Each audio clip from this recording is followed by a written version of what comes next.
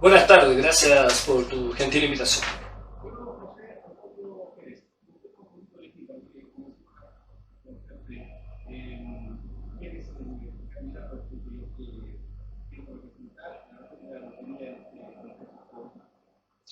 Bueno, yo vivo en la ciudad de Temuco, estudié Derecho, fui presidente del Centro de Alumnos de Derecho en la universidad y vicepresidente de la Federación de Estudiantes.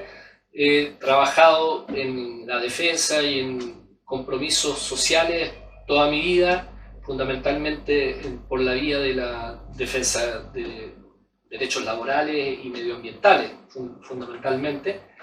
Fui parte del movimiento Marca C en 2013, cuando empezamos con esto de preguntarle o decir, oye, necesitamos una nueva constitución, porque la constitución del 80 es la constitución del abuso.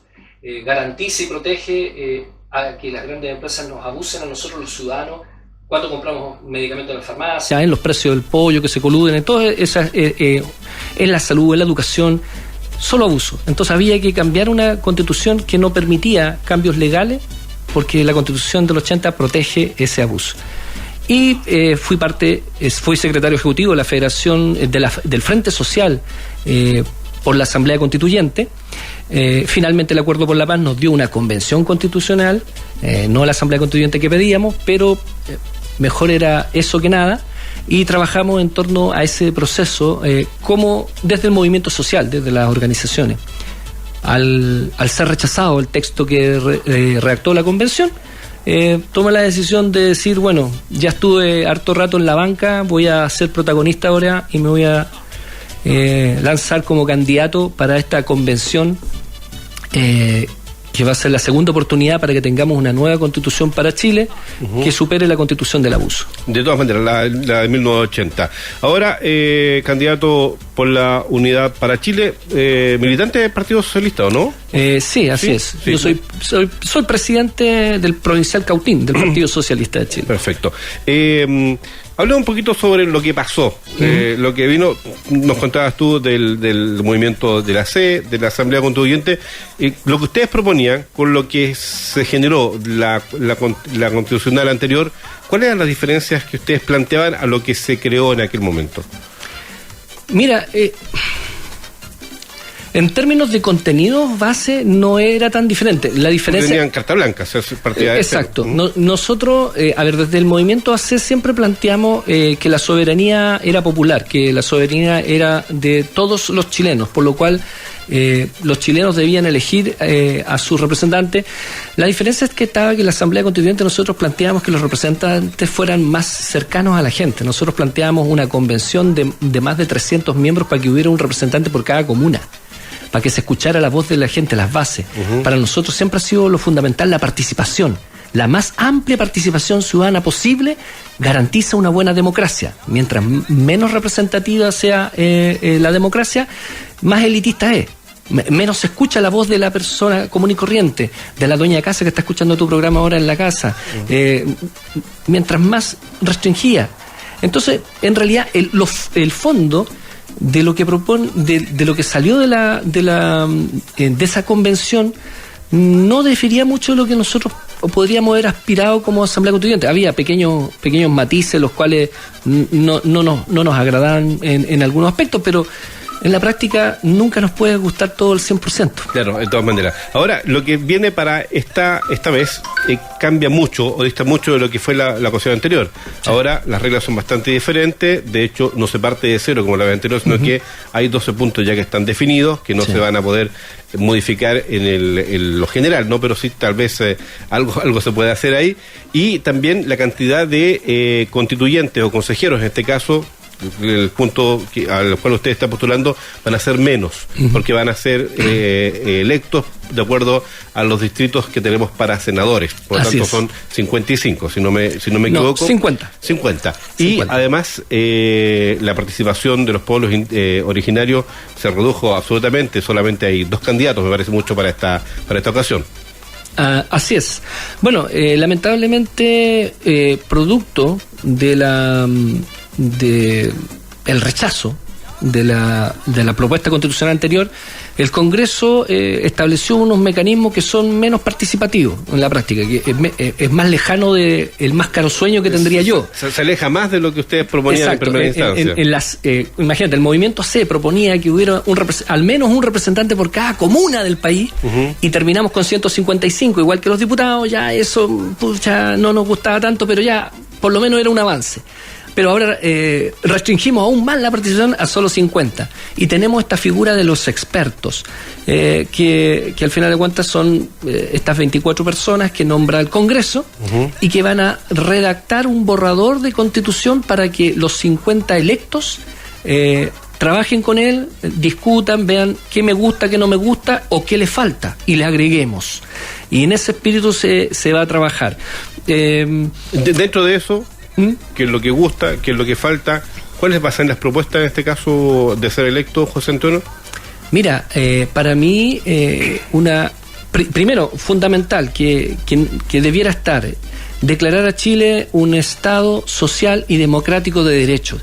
A la gente eso le suena a chino, pero es sumamente importante, porque eso supera la lógica que tiene la actual Constitución de un Estado subsidiario, donde en definitiva los derechos se transforman en negocio y el Estado no te garantiza, por ejemplo, la salud.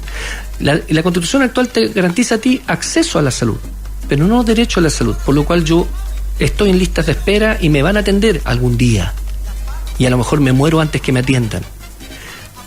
Cuando el Estado es un Estado social y democrático de derecho, el Estado se obliga a sí mismo a atender esas necesidades. Bueno, partiendo por esa declaración inicial, que sí o sí tiene que estar en la Constitución, y para mí se transforma en algo intransable, sobre lo cual uno no puede negociar en cuanto a la postura, hay otro tipo de derechos los cuales uno aspiraría a que estuvieran garantizados en la Constitución, partiendo por el trabajo digno y decente. Garantizarle a los chilenos un trabajo digno y decente, una legislación que proteja realmente a los trabajadores, la titularidad sindical y una serie de elementos que derivan de una Constitución donde no abuse el patrón respecto al trabajador. Nadie está en contra de la legítima ganancia.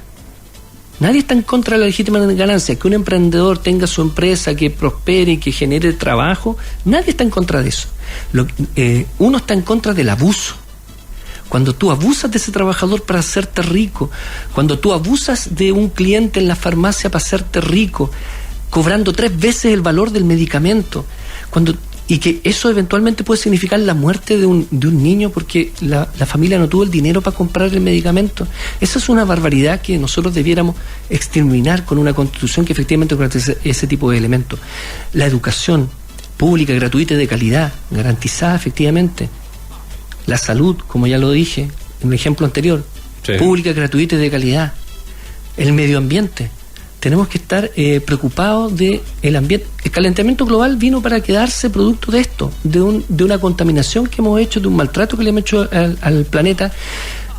Por ejemplo, nosotros somos víctimas ahora de una industria forestal descontrolada.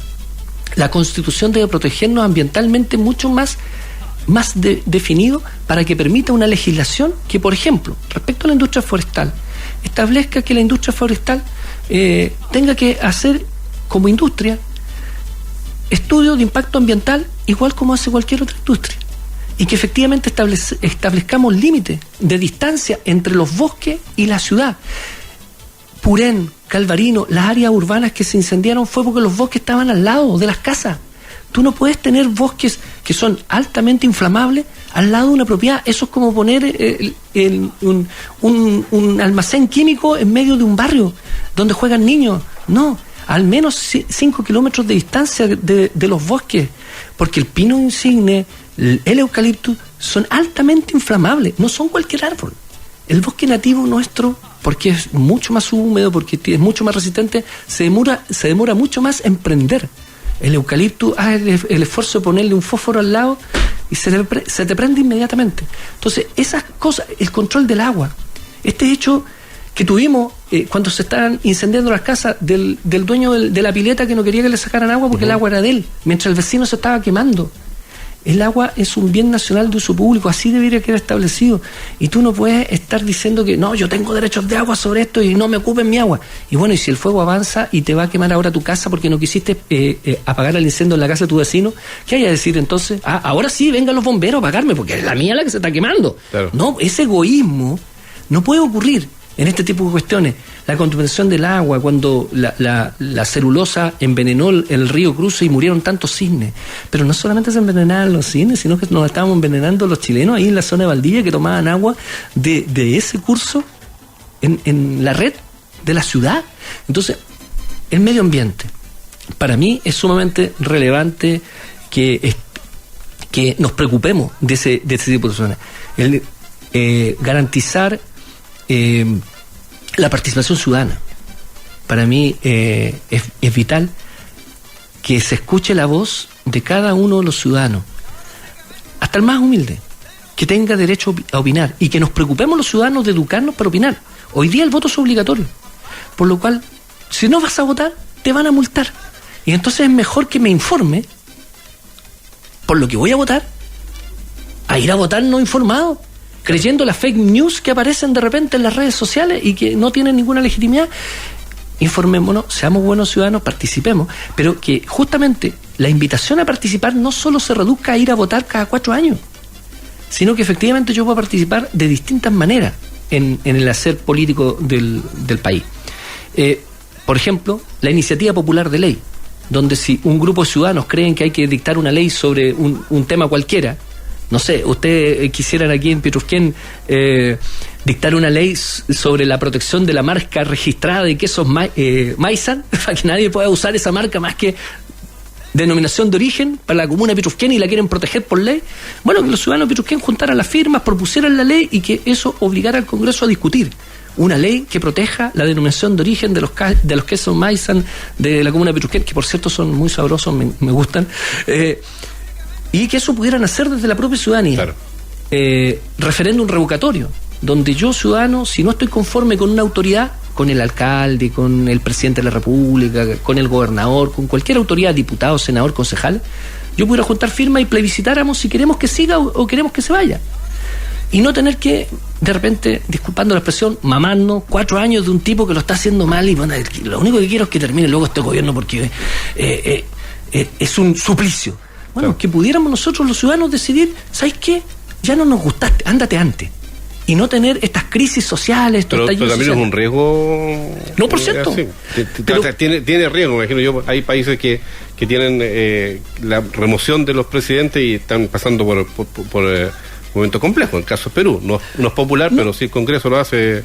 No, pero es que claro, pero por ejemplo en el caso de Perú, ahí fue es distinto lo que yo digo. Lo que yo digo es que los ciudadanos sean los que decidan. Ahí en Perú los que decidieron sacar al presidente fue el Congreso. Claro. Y en el Congreso, dependiendo de la correlación de fuerzas dentro del Congreso, un grupito, por ejemplo en el caso del Congreso chileno, donde tú tienes 50 senadores, un grupito de 50 senadores podría decidir destituir al presidente.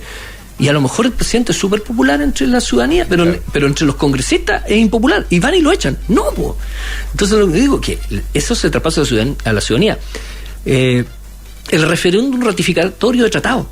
Tú sabes que en otros países, a los empresarios chilenos les encanta compararse con los países OCDE. Somos miembros de la OCDE, los 35 mejores economías del mundo, y nosotros estamos en ese club privilegiado los chilenos porque somos mejores que cualquier otro país latinoamericano. Pero resulta que los países OCDE, por ejemplo en Suiza, los ciudadanos suizos definen los tratados internacionales y ellos van y votan. El Brexit, para recordarles algo, los ingleses en un plebiscito decidieron salirse de la Unión Europea. Los ciudadanos ingleses votaron y decidieron salirse del Brexit. En Chile, el gobierno de turno firma un tratado, lo ratifica el Congreso y a ti ni te preguntaron.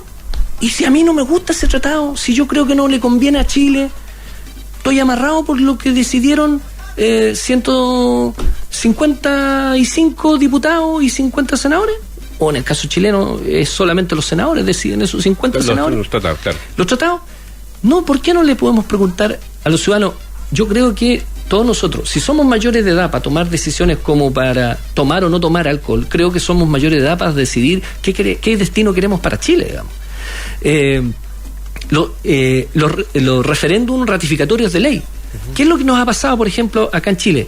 Cuando el Congreso, la mayoría del Congreso entra en conflicto con el presidente sobre una ley en particular, la ley se puede alargar 10, 15 años, 20 años hasta que logre tener correlación de fuerza. Y hay leyes que llevan mucho tiempo en el Congreso.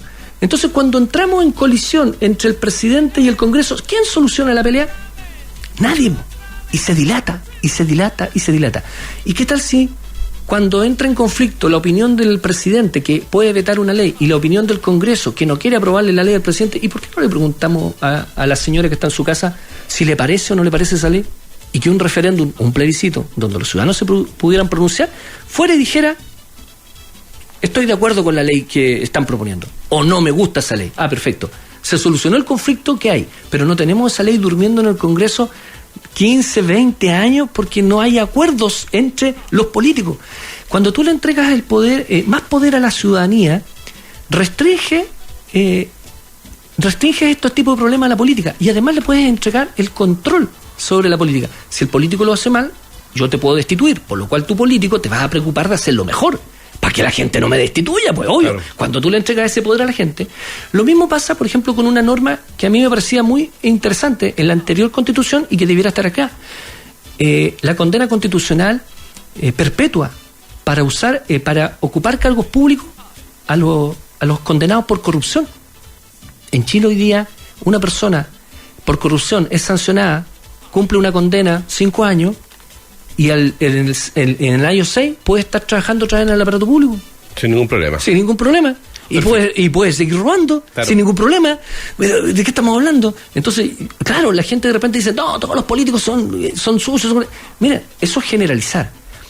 Así como, efectivamente, yo no voy a negar que hay políticos que son corruptos y que debieran estar fuera de la política porque le hacen un flaco favor a los políticos que son honestos y preocupados de la gente, también hay gente corrupta a otro lado. Por ejemplo, 220 carabineros que robaron 27.000 millones de pesos a Carabineros de Chile, donde tenemos patrulleras en escandalosas condiciones prestando servicio a la comunidad, porque a Carabineros se le desaparecieron 27.000 millones, pues, claro, y no hay cómo reemplazarlo, y se van a demorar en reemplazar esa cantidad de plata que robaron. Y eso significa que todos los carabineros son unos delincuentes, unos corruptos. No, absolutamente no significa eso, porque hay carabineros que hacen bien su labor y habría que apoyarlos. Y que son la mayoría. Entonces, perfecto, generalizar no es bueno. No, pero José Antonio Jerez, candidato al Consejo Constitucional, la elección va a ser el próximo 7 de mayo. Así es. El 7 de marzo parten ya las campañas oficialmente y nos imaginamos que vamos a tener la oportunidad de conversar nuevamente, José Antonio, sobre esta propuesta para el Consejo Constitucional que pretende redactar una nueva constitución para Chile. Que tengas una buena tarde y muchas gracias por esta visita. Gracias a ti, muy amable. Perfecto. Hasta luego. Nosotros nos estamos ya despidiendo de nuestro programa acá en La Mañana Universal junto a